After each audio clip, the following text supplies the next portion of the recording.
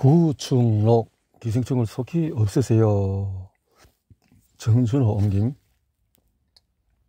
정준호 런던 위생열대의학대학원에서 기생충학 석사를 학위를 서울대학교 의과대에서 의학의 역사로 박사학위, 현재 전북대 연구원으로 찬란한 의학의 역사 속에서 멋진 성공의 이야기들보다 치리멸렬한 이야기들, 위대한 의사들보다 더 기생충보다는 지저분하고 더럽고 수치스럽다고 여겨지는 것들에 관심을 가지고 있다. 지연적으로 기생충, 우리의 오래된 동반자, 옮긴 척으로 말라리아의 씨앗, 어쩌다 우리는 환자가 되었나가 있다.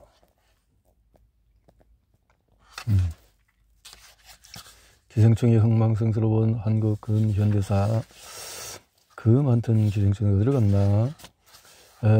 해가 뉘엿뉘엿 저녁 무렵에 섬에 있는 유일한 식당이자 숙소에서 염소고기를 뜯고 있었다. 한국에서 온 기생충학 교수님들이 고생하는 저사선원들을 위해서 염소 한 마리를 개척하신 덕분이었다. 빅토리아 호수 남단에 위치한 코암의 섬은 인구 5만 명의 규모로 호수에서 5번째로 큰 섬이었다. 근처 대도시인 무안자에서 페리를 2번 갈아타고 들어가야 하는 이 섬에는 전기가 공급되지 않았으며 수도 시설도 없었다. 이곳 주민들은 호숫가에서 물을 기르다 먹었기 때문에 물과 접촉해서 감염되는 주혈 흡충의 감염이 높았다. 물과 같이 하는 낡은 플라스틱에 의자 앉아서 달팽이 이야기가 한층이다. 주혈 흡충,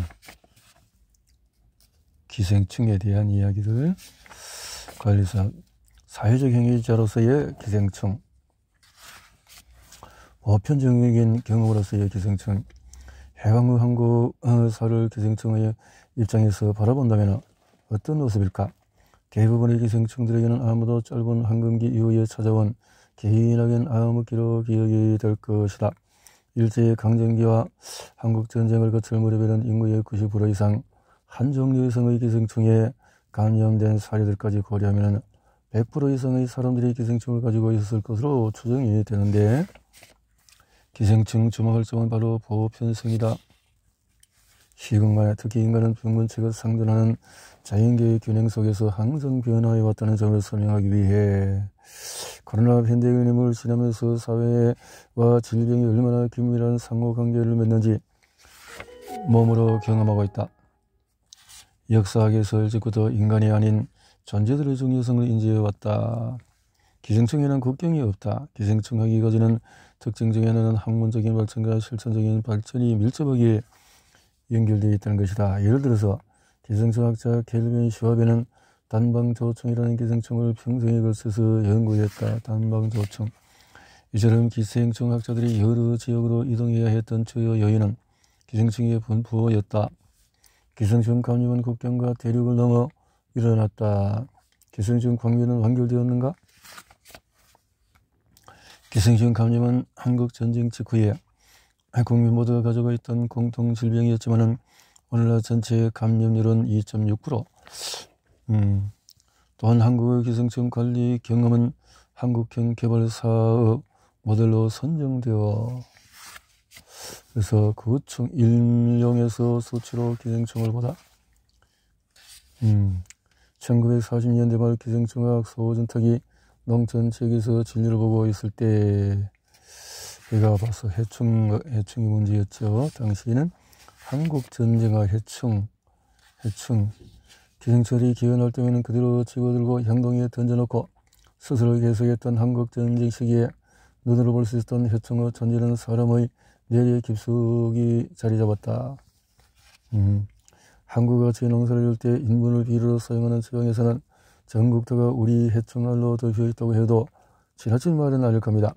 예를 들어서 한국 사람의 50%가 우리 해충을 가지고 있다 하면 약 1,500만 명이 될 것이라고. 한국 사람의 배 속에 기르고 있는 우리 해충의 수는 평균 20마리라 했으니 해충의 수는 엄청나다는 거죠. 해충알은 다양한 환경에서 살아남을 수가 있다. 높은 염도에서도 오랫동안 살고 가정에서 흔히 사용하는 세척제와 살균제 외에도 별다른 영향을 받지 않는다. 따라서 식재를 끓이거나 가열하는 방법 이외에 일반적인 세척과 염전 같은 몸 안에 의뢰 없어서는 안 될 회충. 1950년대 이전에는 체내에 존재하는 기생충은 주로 인간의 생사나 기름과 관계된 존재로 인식이 되었다. 기생충 학자 소진탁은 중국 의사인 황제의 내경을 인용해서 사람 몸에는 8만의 벌리가 있는데 이들이 없으면 사람 몸이 성립될 수 없다. 그러므로 기생충은 꼭 필요하며 없애서는 안 된다라고 한 걸음 더 나아가서 사람들은 회충을 인간의 생존과 기능의 필수적인 요소로 보았는데 회충은 사람이 생각하고 말하며 행동하는 모든 기능을 지배하는 중추적인 역할로서 동아일보에 따르면 정부와 의학계는 사회 전반의 인식, 35년부터 군산지역 농촌 보건 사업을 진행한 의사 이영춘은 결핵, 매독, 기생충을 3대 민족 독으로 규정하고 퇴치하는 데 앞장섰다. 위생동물협회와 기생충 관리 사업의 태도. 이렇게 예방 직후. 위생동물협회는 기생충을 포함해서 쥐, 파리, 모기 등 건강에 영향을 미칠 수 있는 매개의 동물들의 관리를 표적으로 담당했다. 하지만 제한적인 인력과 전문성 때문에 1961년에 미국 대외 원조처를 통해 와파린 같은 효과적인 치약이 도입되면서 와파린, 장내 기생충 병이란 뭐며 야채를 생으로, 의식, 맨발, 해충, 위생적인 해충, 12장충, 보건사회부 옛날에 이렇게 했죠. 1063마리의 해충보따리. 기업이 발족하기 전인 1964년 대중의 해충 감염을 시각적으로 각인시킨 사건이 일어나는데 보호자 없이 버려진 곳에 아동이 심한 복통을 호소하고 아이는 급하게 전주 예수병으로 옮겨졌는데 복통은 병원을 찾기 하루 전부터 계속됐는데 보니까 아우 이렇게 막 천여 마리의 해충으로 말미암아 사망한 아동을 보고 가장 큰 충격을 받은 사람은 아마도 해당 수도로 집도했던 폴 크레인이었을 것이다. 기생충들이 이렇게 많았던 거죠. 사람이 어느 정도 기생충과 같이 살지만은 제2의 보사고 한국 회원 단체 협의회 동아일보 소설은 1964년 2월에 외국 회원 한국 회원 단체 협의회의 지원으로 기생충 박물관 협회를 결성했다는 거죠. 동시에 폴 캐리는 언론을 통해서 한국의 기생충 관리 문제를 적극적으로 의제화하기 시작했다. 동시에 이듬해 정례 보고에서 정량의 뱃속에서 나온 1063마리의 해충이라는 제목의 경향신문 기사가 보도되었다. 한국에서 기고되었어. 의안이 분국한 외국인 의사는 무게를 들어봤다. 5kg 정량의 체중이 20kg인데 5kg 이 해충의 연장 길이가 무려 160m. 정량은 회복을 못하고 장폐색증으로 끝내 죽고 말았다. 비단 정량뿐 아니라 거의 모든 95% 한국인, 그 중에서도 농민들은 전부가 이런 회충 등 기생충 보따리를 뱃속에 두고 음식을 함께 나눠 먹고 있는 셈이다. 음식을 나눠 먹고 내 몸에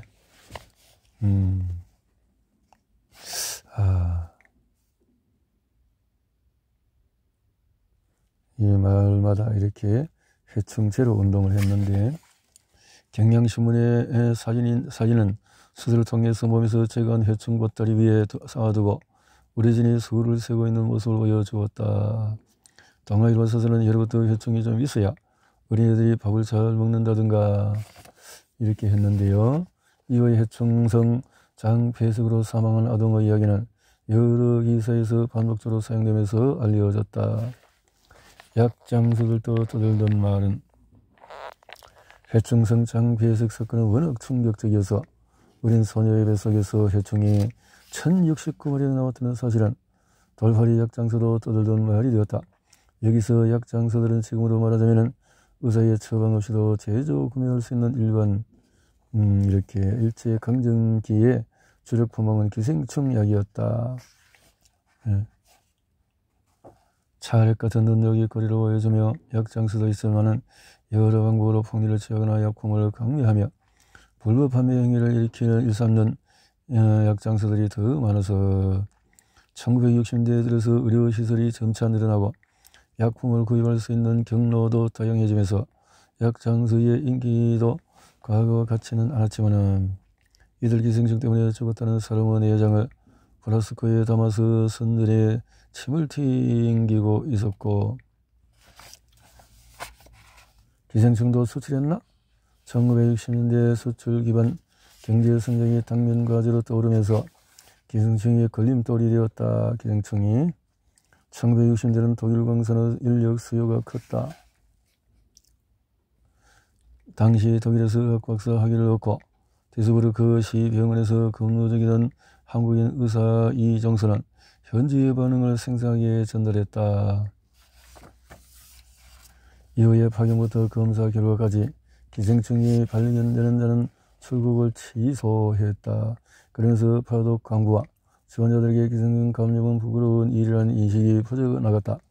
하찮은 기생충 때문에 삶의 기회를 놓치게 된 사람들은 기회의 박탈과 기생충 감염이라는 이중의 수치심을 느껴야 했을 것이다. 한국의 높은 해충 감염률은 후진성을 상징하는 부끄러운 기록이 되었는데 이는 선진국으로 나아가기 위해서 넘어야 할 또 하나의 벽이었다. 한강. 지금 우리는 국가적인 차원에서 1센트에 달러라도 얻어들이는데 눈을 부릅떠야 해. 똥통에서 그냥 썩어버릴 해충 한 마리에 1달러씩 그게 얼마나 기막힌 자원 발굴이야. 창피하다. 체면이 그것은 센티멘트리야. 해충은 우리의 현실이 아닌가? 1978년에 일본을 방문한 서울의대 기생충학 교수 이순형 역시 지금 일본에서는 거의 해충을 볼 수 없어 의대생들의 실습에 필요한 해충알을 우리나라에서 얻어가고 있는 실정이라고 언급했다. 해충이 하나의 외화벌이 수단이자 주요 생물 자원 중에서 하나가 된 셈이었다. 산업 발전을 위해서 외화 획득이 절실했던 시기에 진행된 서부연구와 간호사 파견 사업이 기생충 감염 때문에 취소될 뻔한 사건은 정부와 대중 모두가 해충 감염을 국가적인 문제로 인식하게 만들기에 충분했다. 특히 산업 여건의 상징처럼 여겨지던 파독 광부가 해충에 감염되었다는 소식은 많은 사람들이 깊은 인상 나아가서 수치심을 안겼다.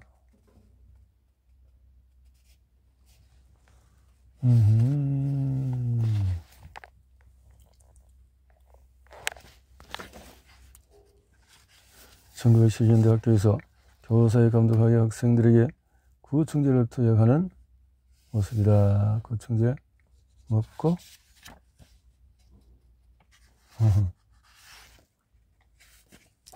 달리 해충을 적극적으로 치료에 개입해 인식했고 학교를 중심으로 한 집단 투약은 수치심을 내재화하는 강력한 장치로 기능했다.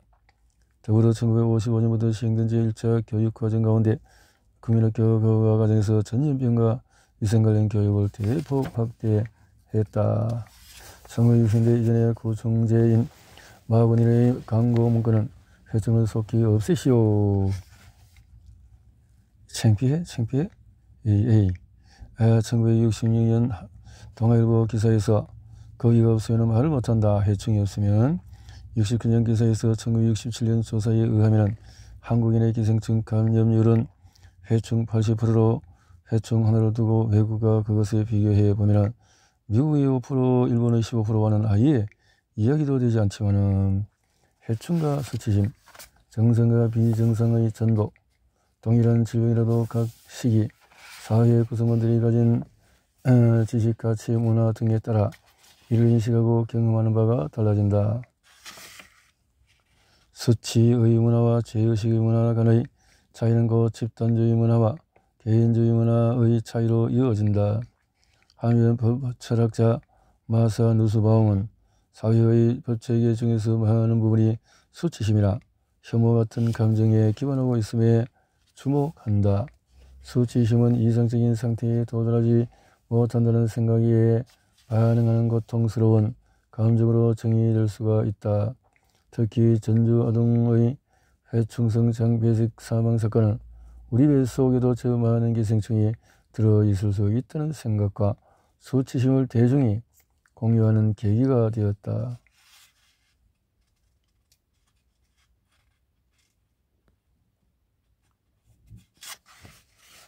너는 새가 24마리나 나왔는데 너는 몇 마리나 나왔냐 말이오. 징상스럽고 들어라. 네 시방 그거 자랑한 허장 것이여? 이런 인식의 변화와 더불어 한국 정부는 1966년에 기생충 질환 예방법을 제정하며 적극적으로 청정을 규정했다. 1960년대 초반에 한국에서 일어난 일련의 사건들로 다양한 경로로 해충 감염 사실을 시각적으로 노출했다. 여건대 1950년 한국 전쟁과 60년대 초반 파독 광부 기생충 감염 사건, 전주 예수병원 장배색 아동 사망 사건 등을 지나며 해충은 당연한 일상의 동반자에게 수치스럽고 징상스럽고 더러우며 넘새 실은 개잡 여러 것들로 변화했다.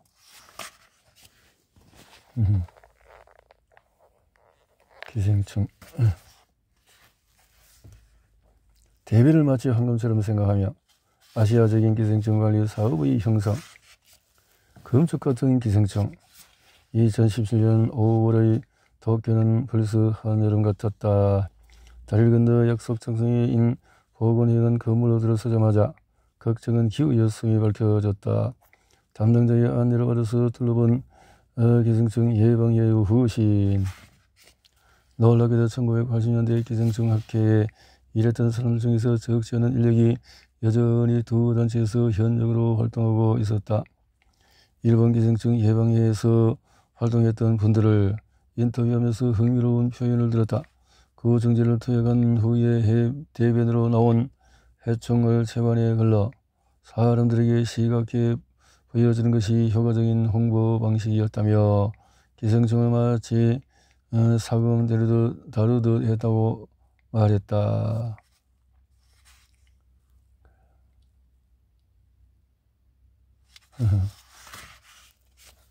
자, 기생충 박멸협회는 기생충을 박멸하기 위해서 애썼습니다. 덕분에 많이 박멸되었습니다. 박멸됐다.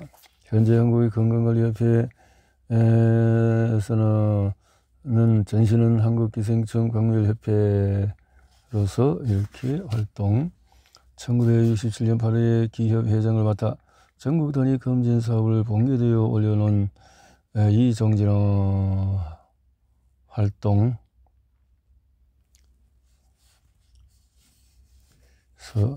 해방 직후 미국 원조를 통해서 도입된 수식 모델은 지역 엘리트가 막대한 자금 원조를 바탕으로 연구 조사 사업을 진행하는 수직적인 특징을 갖는다. 자, 제국과 기생충. 1890년대 후반 세계 열강들 사이에서 경제적인 정치적인 경쟁이 심화되면서 식민지가 중요한 시장이자 원자재 공급처로 부각되었다. 이에 따라 열대의 식민지에서의 진료 문제는 제국의 주요 관심사 중에 하나가 되었다. 이전까지 식민지에서 유럽인들의 열병을 앓거나 죽는 것이 어쩔 수 없는 일로 여겨졌다면 이제 생산성과 경쟁력 향상을 위해서라도 파견자들 그리고 현재 노동자들의 위생과 건강을 관리를 중요해졌다. 이렇게 기생충이 박테리아, 콜레라 같은 혈청이나 백신을 통해서 치료하고 예방할 수 있게 되었다. 기생충학 발흥의 또 다른 중요한 동기는 20세기 초반의 기생충학이 기존 생물학 분야에서 활동하던 동물학자들로 하여금 자금을 확보하도록 하는 주요 수단 중에 하나였다는 점이다.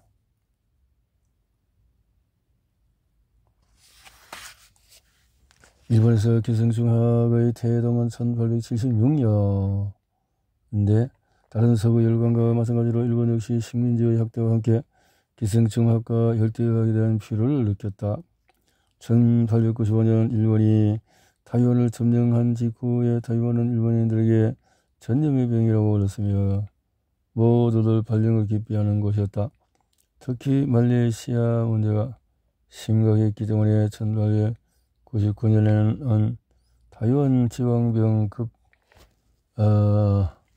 위병 예상병 조사위원회가 설치되었다.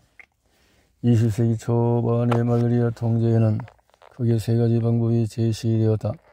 영국식은 수를 개선하거나 수직자를 없애는 방법으로 모기 개체수를 줄이는 것이었고, 독일식은 말레리아 치료제인 퀴네네를 투여해서 기생충을 직접으로 고려하는 것이다. 결과적으로 타이완에서는 예선 문제로 퀴네네를 통한 치료 일투보다는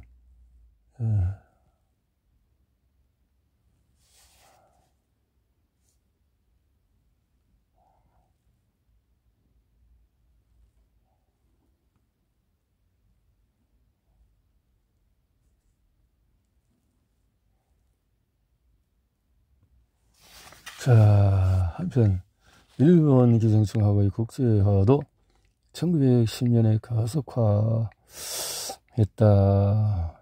과정에서 한반도에서 얻어진 질병관리 지식이 중요한 역할을 했다.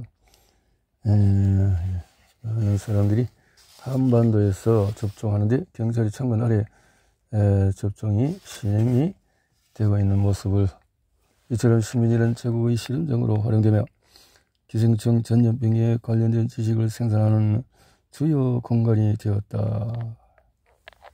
그렇네요. 자.